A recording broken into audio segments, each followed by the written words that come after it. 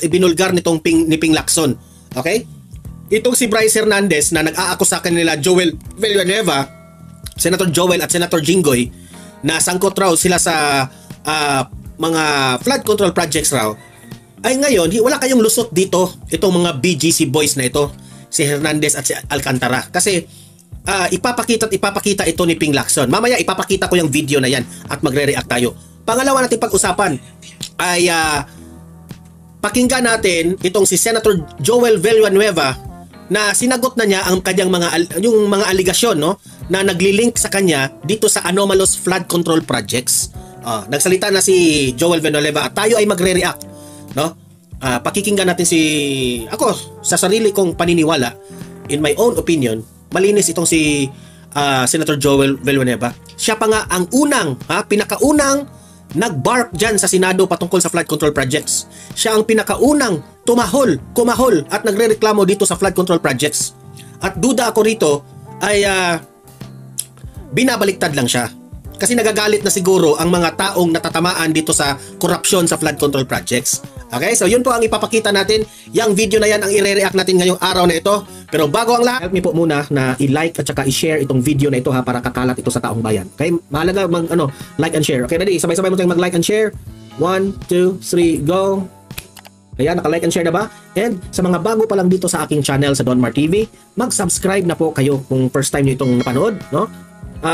Para lagi kayong updated sa ating mga balita. So, ipapakita natin ngayon itong BGC Boys. Ang ganda naman ng pangalan ninyo, ha? BGC Boys.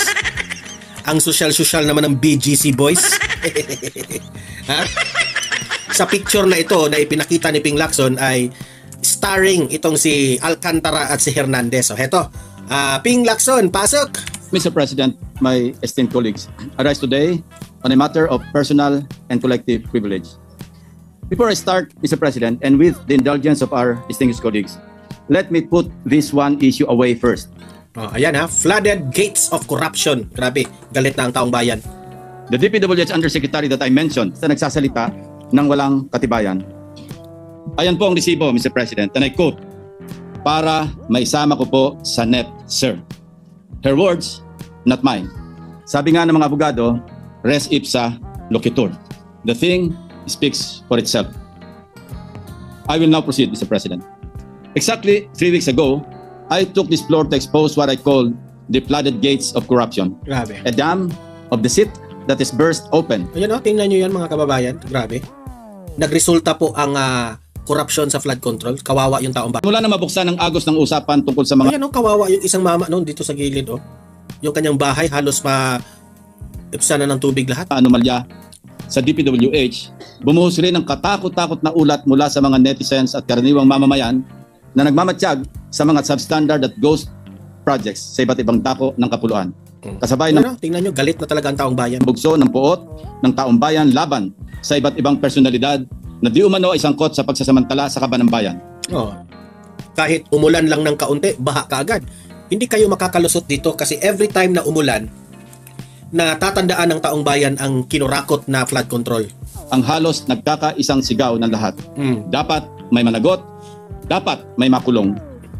Our frustrated countrymen cry in meaning to say, ineffective talaga ang leadership ni Bongbong Marcos. Unison. Name, shame, and prosecute.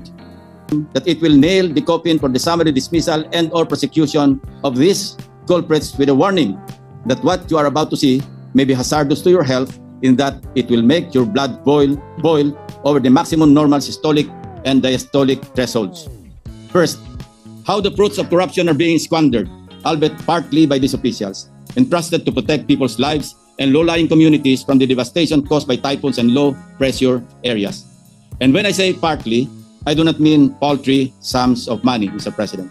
Second, how the same officials maneuver and manipulate the processes and procedures involved to collect from unaccomplished or uncompleted, even ghost projects perpetrated by these incorrigible and probably... Yun talagang ghost projects na yan. Sobrang kapal na po sila dyan sa ghost project na yan.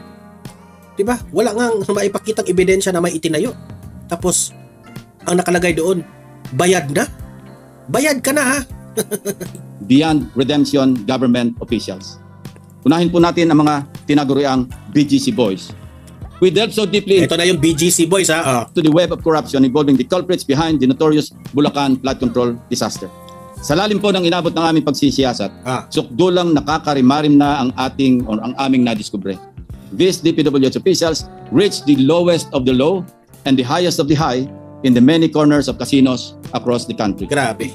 On top of their multi-million peso wristwatches, signature clothes, Ayan, and sneakers, and Si whatever Bryce ba yan? else lavish lifestyles, these 5 erstwhile DPWH officials of the Bulacan First District Engineering Office gained them a moniker, Kakahiya. BGC Boys.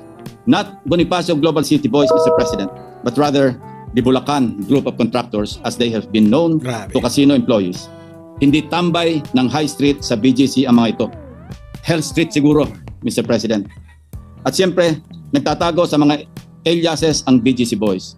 Let me do a roll call, complete with valid identification cards like driver's licenses from the Land Transportation Office, but this is a separate matter to be investigated, my distinguished colleagues. Bakit nakalusot yung Ang lisensya? kakasipak lamang na DPWH OIC Assistant Regional Director ng Region 4A at dating District Engineer ng Bulacan na si Henry Alcantara, Ayan. alias Joseph Castro Villegas.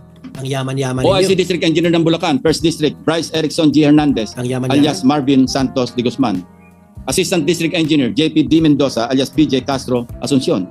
DPWH Engineer 2 RJ Dumasic, introducing himself as a contractor from Sims Trading Corporation with alias Sandro Bernardo Park at Edric San Diego as himself. Ginamit pa yung They may Sandro hide their ha. identities, but having spent practically all my law enforcement years conducting intelligence and investigative work, I know criminals when I see them. No matter how real-looking their IDs are, no matter how long they were able to thrive in the shadows, no one can shield them from the day of reckoning that they deserve. Lalong-lalo na kung lantaran at walang pakundangan na ang pagnanakaw at paglustay ng kaban ng bayan, Mr. President. Base sa mga dokumentong nakalap namin mula sa PAGCOR, malulula tayo sa laki ng halagang naging talo sa kasino ng 5 ito. Grabe. 950 million in gross losses, Mr. President. Grabe. Pera yan ang Base ang taong mga ito bayan sa ha. official at validated na record mula mismo Kasino sa lang kayo? 13 kasino sa Metro Manila, Cebu at Pampanga. Halimbawa, itong si former Assistant District Engineer at OIC, District Engineer Bryce Hernandez alias Marvin Santos de Guzman, mayroong combined gross losses sa mga kasino na 435 Grabe. million pesos. Halos hindi sila nagkakalayo ng OIC Assistant District Engineer niya na si JP Mendoza alias PJ Castro Asuncion na may 418 million pesos sa nakabuwang talo sa iba't ibang mga kasino. Ang former district engineer na si Henry Alcantara na hindi naman tumanggi na pumapasok at nagsusugal sa kasino ay nakapagpatalo ng 68,000 pesos pero bilang Henry Alcantara lamang yan. Ang mas malaking bulto ng kanyang talo habang nagtatago sa kanyang alias na Joseph Castro Villegas ay tumataginting na 36.7 million pesos in gross losses. Huli kayo. Hindi rin natin sinasantabi ang milyones na pinatalo ng mga DPWH employees na nagpapanggap na contractors na sina Project Engineer RJ Dumasig alias Sandro Bernardo Park na may gross losses na 16.9 million at Edric San Diego alias himself or as himself na may losses na 42.4 million pesos. Akala siguro ng mga ito ay maaari silang manatiling multo o incognito. Ito ay isa lamang sa tambak na pagkakamali nila, Ginoong Pangulo. Interestingly, mukhang may kakaibang milagro ang dumapo sa tropang BGC Boys. Ayan o. Casino win. BGC boys. Yan o. Gitna sila. Gitna talaga si Alcantara o. Tapos katabi ni Bryce Hernandez. Anong masasabi nyo dyan? The BGC boys. Sa isang kasino sa Newport World Resort sa Pasay, kung saan sila ay tumabo ng 100 milyong pisong panalo mula August 31, 2023 hanggang April 4, 2024. Henry Alcantara, 4.7 million pesos. Bryce Erickson Hernandez, 189 million pesos. Grabe. JP Mendoza, 320 million pesos. Wow. RJ Dumasig, 7.37 million pesos. Edric San Diego, 11.7 million Hindi pesos. syempre, hindi sila masasayangan dyan sa pera na tinalo nila kasi sa tingin siguro nila mababawi lang ito sa mga projects. Wow! Sinuwento nga ba sabay-sabay na nalala ang mga ito, Mr. President? O baka naman money laundering scheme? May report kami at ito ay amin pang binabalidate na peke lang ang pagdeklara nilang panalo. How so? Magpapalit ng cash into casino chips. Pero pag natalo ng kaunti, pupunta sa cashier para mag-cash out at ideklarang panalo ang pinagpalitan nilang chips. Smart? Your guess at this point is as good as mine. Correct. Sa Okada naman, may nakarecord na one gaming activity mula October 17 to 18, 2022, sina Henry Alcantara, Bryce Hernandez, RJ Dumasig at JP Mendoza, na kung saan maliban kay Ang style nila, kapag di umano makakuha na sila ng, example, 500 million. Meron na silang 500 million. Ipapalit nila yan ng chips sa casino. Okay? So maglalaro sila doon sa casino na matalo na sila ng mga 1 million, yung 500 million, i-declare nila na mga chips ito. Panalo na ito namin sa casino. Money laundering nga. Para sasabihin na ito mga ipinanalo nila ng mga pera ay panalo nila sa casino. Ngayon, nabubuking ni Ping Lacson. Ganun pala yun, no? Henry Alcantara na nanalo ng 301,000 pesos, umuwing talunan ang ibang BGC boys dahil sa total losses na 1.75 million pesos.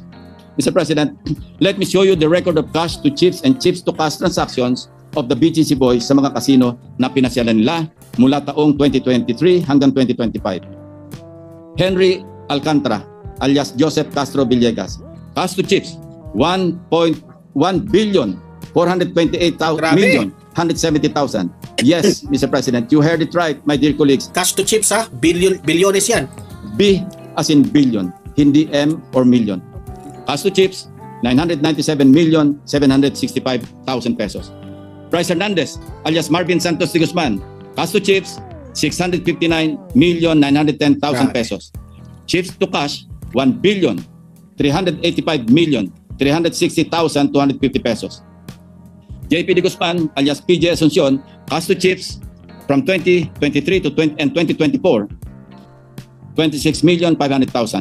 Cash to chips 2023 and 2024, 280,093,500 pesos. In this regard, my office has submitted their names and aliases to the Anti-Money Laundering Council since casinos are covered persons under the amended Anti-Money Laundering Act. Hindi pa po dito nagtatapos, Mr. President, ang kanilang mga kabulastugan. Sa aking naunang privilege speech noong August 20, 2025, nauna ko nang nilarawan base sa aming sources ang mag-among sina Alcantara at Hernandez na may parehong level ng pagmamahal sa pera. Itong si Bryce Hernandez, nagkalat na nga ang kanyang mga larawan sa social media dahil sa kanyang kabulastugan. Hindi man lamang nahiyang pumasyal-pasyal sa isang kasino sa Metro Manila hanggang noong September 1, 2025. Habang naghihiring ang Senate Blue Ribbon Committee, si Bryce nasa isang kasino nagsusugal. Ang ibang BGC boys may record pa hanggang noong nakarambuan ng Agosto sa paglalaro sa mga kasino. Sumatotal, habang lubog pa rin sa tubig baha ang mga taga-Bulacan dahil sa mga pangungurakot na mga ito at kahit booking na mismo ng Pangulo ang kalokohan, sige pa rin ang pagpapasasa ng BGC boys sa pagwawaldas ng pera ng taong bayan. Walang kahiya-hiya sa katawan. Wala pong konsyensya mga ito, Mr. President. Kung garapala ng pagwawaldas ng kaban ng bayan sa mga kasino, lalong garapala ng kanilang pagduduktor ng mga dokumento para makapagnakaw. Over the past week, we scoured hundreds of pages of documents, each page painting telltale signs of how deeply entrenched corruption has become in the BGC kingdom.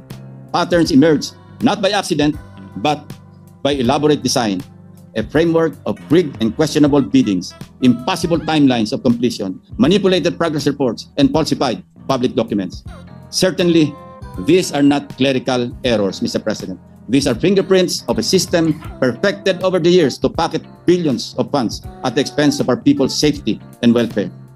For purposes of presentation, iisa-isahin ko na ang aming naging findings. Mr. President. Ayun So, kitang-kita nyo yung presentation ni Senator Ping Lacson kung paano winaldas itong mga pera ng taong bayan dito ni Bryce Hernandez at itong si Alcantara.